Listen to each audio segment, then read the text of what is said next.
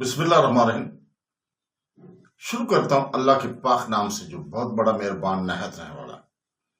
دوستو، بہنوں، بھائیوں، بزرگوں، السلام علیکم ورحمۃ اللہ وبرکاتہ۔ تاریخ اسلام میں ہماری یہ سلسلہ وار سیریل غزنوی محمود غزنوی سے سلطان محمود غزنوی سے جلال الدین اکبر تک اسلامی حکومت، اسلامی اس دور کا بیانیہ ہم کر رہے ہیں۔ اس میں ہم شہاب الدین غوری کو بیان کر رہے ہیں۔ آج اس کی 115 نمبر قسط ہے۔ تو دوستو، چند دن بعد ہم بات کر رہے ہیں جب سلطان شہاب الدین غوری کے پاس ایبا پہنچا تھا ہندوستان سے غزنی۔ اس کے چند دن بعد سلطان شہاب الدین غوری نے اپنے لشکر کے ساتھ شمال کا رخ کیا۔ گو سرما اپنے عروج پر آ گیا تھا، سردیوں کا موسم تھا، برف باری کا بھی امکان تھا۔ اس کے باوجود سلطان شہاب الدین غوری اپنی اس مہم پر نکل کھڑا ہوا۔ اس مہم پر نکلنے کی وجہ یہ تھی کہ خوازن کے حکمران محمد خوازن شاہ نے مرو کے حاکم محمد خیز بیگ پر حملہ آور ہو کر اسے ہلاک کر دیا تھا، اور مرو کا یہ حاکم سلطان شہاب الدین غوری کا آدمی تھا۔ لہذا سلطان نے اس کے قتل کا انتقام لینے کے لیے اپنے لشکر کے ساتھ شمال کا رخ کیا تھا۔ اس کے علاوہ خوازن کے علاوہ خوازیوں میں نے مرو کے علاقوں پر حملہ آور ہو کر دور دور تک تباہی اور بربادی کا بھی کھیل کھیلا تھا، اور ان کی یہ حرکت کم و بیش سلطان شہاب الدین غوری کے لیے ناقابل برداشت تھی۔ بس یہی انتقام لینے کے لیے سلطان نے اپنے لشکر کے ساتھ خوازن کا رخ کیا تھا۔ سلطان کے لشکر میں اس وقت دو بڑے سلار تھے، ایک حسین خرمیل اور دوسرا ایبا۔ لہذا روانگی کے وقت ہی سلطان نے ایک طرح سے اپنے لشکر کی ترتیب درست کر لی تھی۔ لشکر کو اس نے 3 حصوں میں تقسیم کر لیا تھا، اور ایک حصہ اپنے پاس رکھا اور دوسرا حسین خرمیل کو کمانداری میں دیا گیا، اور حسین خرمیل کے لشکر کو مقدمۃ الحیش کا نام دیا گیا۔ لشکر کا تیسرا حصہ ایبا کی کمانداری میں تھا، اور اس میں کمار دیوی بھی شامل تھی۔ اس طرح سردی اور برف باری کی پرواہ کیے بغیر سلطان شہاب الدین غوری بڑی تیزی اور بڑی برق رفتاری کے ساتھ خراسان کی طرف بڑھ رہا تھا۔ تو دوستو، خراسان کا علاقہ مختلف ادوار میں مختلف حیثیت اور صورت اختیار کرتا رہا۔ نامور اشرافیہ دانوں کے مطابق خراسان کی سرحدیں مشرق میں ماورا نہر تک اور جنوب میں وہ عجم تک پھیلی ہوئی تھی۔ خراسان کے بڑے بڑے شہر نیشاپور، مرو، ہرات اور بلخ وغیرہ تھے۔ اب ان کی حالت اور ہیبت تبدیل ہو گئی تھی۔ سرخس سے لے کر جنوب کی طرف مشرق اور اس کے درمیان کا علاقہ افغانستان میں شامل ہو چکا تھا۔ ہجری 531 ہجری میں عبداللہ بن عامر نے زیاد بن قیس کی کمانداری میں جو لشکر خراسان پر حملہ آور ہونے کے لیے روانہ کیا تھا، اس لشکر کے حملوں میں ان کے یہاں کے باشندوں نے فوراً اسلام قبول کر لیا تھا۔ امیر معاویہ حکمران ہوئے تو انہوں نے خراسان کو نئے سرے سے استوار کیا اور یہاں مسلمانوں کی طاقت اور قوت کو مستحکم کیا۔ خراسان ہی وہ علاقہ ہے جہاں ایک ابو مسلم نے بنو امیہ کے خلاف اور عباسیوں کے حق میں آواز اٹھائی اور ایک بہت بڑا لشکر تیار کر کے آخرکار وہ خلافت امیہ کے زوال کا باعث بنا تھا۔ اس کے بعد یہ علاقہ مختلف حکمرانوں کے تحت رہے، یہاں تک کہ سن 994 عیسوی میں سلطان محمود غزنوی آندھی اور طوفان کی طرح اٹھا اور ان علاقوں پر وہ قابض ہو گیا۔ یا سلطان محمود غزنوی کے بعد تغلق بیگ خراسان پر قابض ہوا، اور اس کے بعد خراسان اور شاہیوں کے قبضہ میں آ گیا تھا۔ اب انہی خوازن شاہیوں نے، جن کا مرکزی شہر خوازن تھا، چونکہ مرو کے حاکم کو قتل کرا دیا تھا جو سلطان شہاب الدین غوری کا حمایتی تھا، اس کے قتل کا انتقام لینے کے لیے سلطان شہاب الدین غوری شمال کا رخ کیے ہوئے تھا۔ دوسری طرف خوازم کے حکمران محمد خوازم شاہ کو بھی خبر ہو چکی تھی کہ شہاب الدین غوری اس سے مرو کے حاکم کے قتل کا انتقام لینے کے لیے بڑی تیزی سے اس کی طرف بڑھ رہا ہے، لہذا اس نے بھی شہاب الدین غوری کا مقابلہ کرنے کے لیے اپنی تیاریوں کی آخری شکل دے دی تھی۔ محمد خوازم شاہ کا مرکزی شہر خوازم تھا، یہ ایک طرح سے بڑا محفوظ شہر خیال کیا جاتا تھا۔ اس کے ارد گرد کوہستانی اور بڑے بڑے پتھروں سے بڑی انتہائی مضبوط اور مستحکم فصیل تھی قدرتی طور پر، جو پھر دریائے جہوں سے ایک نہر نکال کر خوازم کے مشرق سے گزرتی تھی۔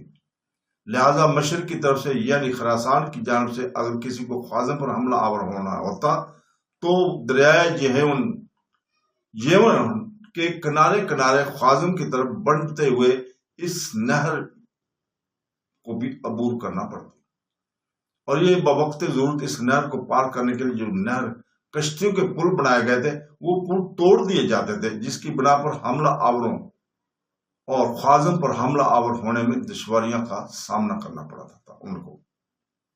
یہی وہ جگہ تھی جہاں سکندر اعظم نے بھی چونے کے پتھر اور ڈامر کو ملا کر دریا جوہن پر ایک بند تعمیر کیا تھا تاکہ ارد گرد کے لوگ آبپاشی کر کے اپنی گزر و بسر کر سکے۔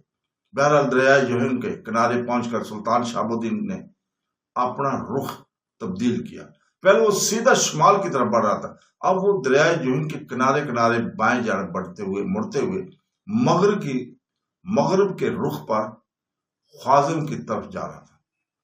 دوسری طرف محمد خوازم شاہ کو بھی اس کی مخبر پل پل کی خبریں دے رہے تھے، لہذا وہ بھی اپنے لشکر کے ساتھ خوازم سے نکلا۔ خوازم کے مشرق میں جو نہر تھی اسے عبور کر کے وہ کھلے میدان میں خیمہ زن ہو گیا تھا۔ اس طرح اس نے نہر کے مشرق کی طرف دریائے جیون کی جنوب کی میدان جنگ بنانے کا تہیہ کر لیا تھا۔ شہاب الدین غوری کو بھی دشمن کی نقل و حرکت کی اطلاعات مل رہی تھی، لہذا وہ بھی بڑی تیزی سے آگے بڑھتا ہوا محمد خوازم شاہ کے لشکر کے سامنے جا خیمہ زن ہوا تھا۔ اس طرح دونوں لشکر ایک دوسرے کے خلاف مارکہ آرائی کرنے کے لیے تیار ہو کر دونوں لشکر چند روز تک اپنی تیاری میں لگے رہے۔ خوازم شاہ کو امید تھی کہ سلطان شہاب الدین غزنی سے دریائے جیون تک ایک لمبا سفر کر کے آیا، وہ چند دن جنگ کے بعد اس کے پاس سامان رسد ختم ہو جائے گا، لہذا وہ جنگوں کی دولت سے لوٹ جانے میں ہی اپنی افریت خیال کرے گا، لیکن ایسا نہیں ہوا۔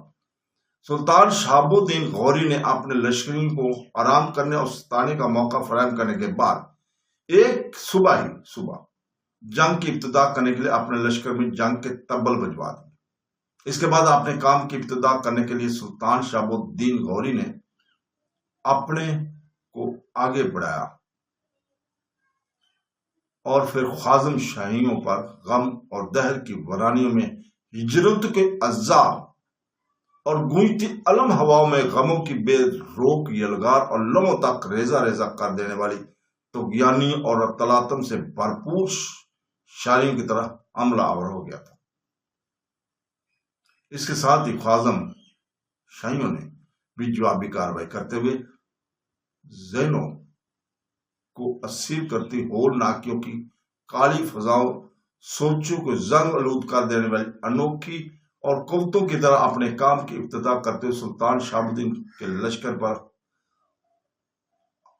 اندھی اور نفرت کھڑی کرتے بگولوں کی طرح حملہ آور ہونا شروع ہو گئے تھے۔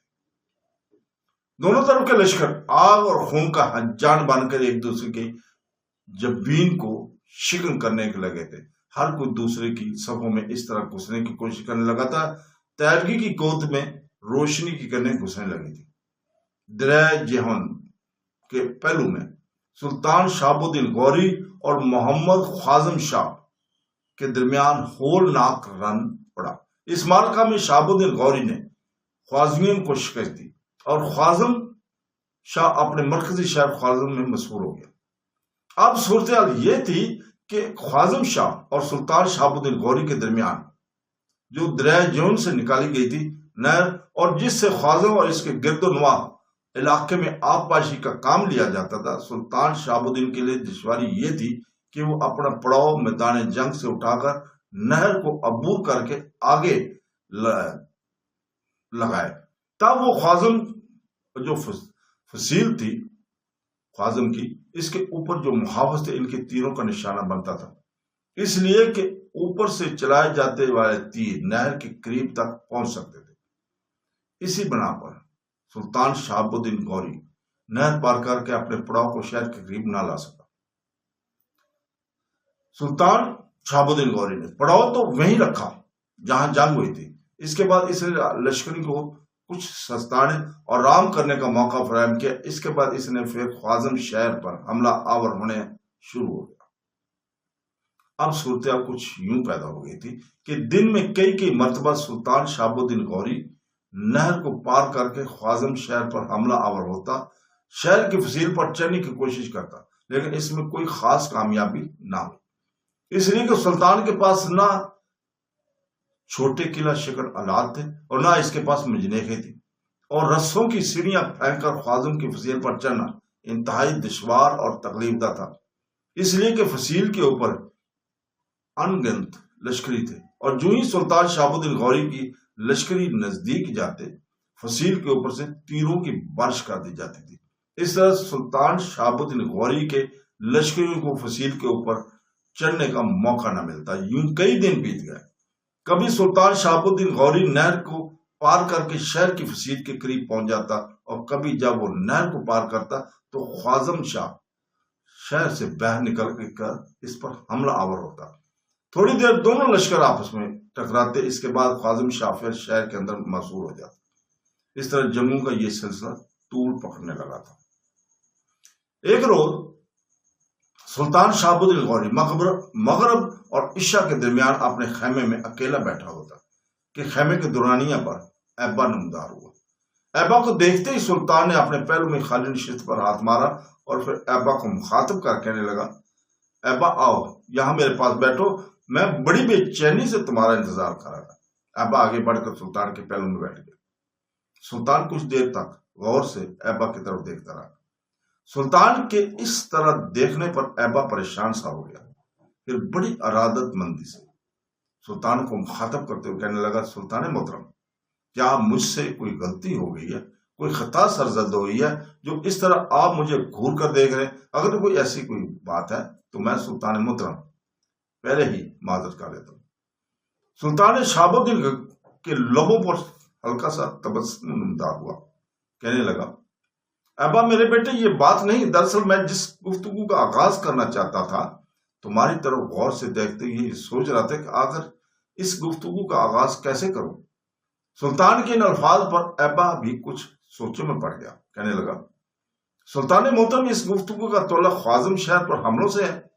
سلطان نے نفی میں سر ہلا دیا، کہنے لگا، اگر اس کا تعلق خوازم پر حملوں سے متعلق ہوتا تو پھر میں تمہیں اکیلا نہیں اپنے سارے سالاروں کو یہاں بلاتا اور ان سے مشورہ کرتا۔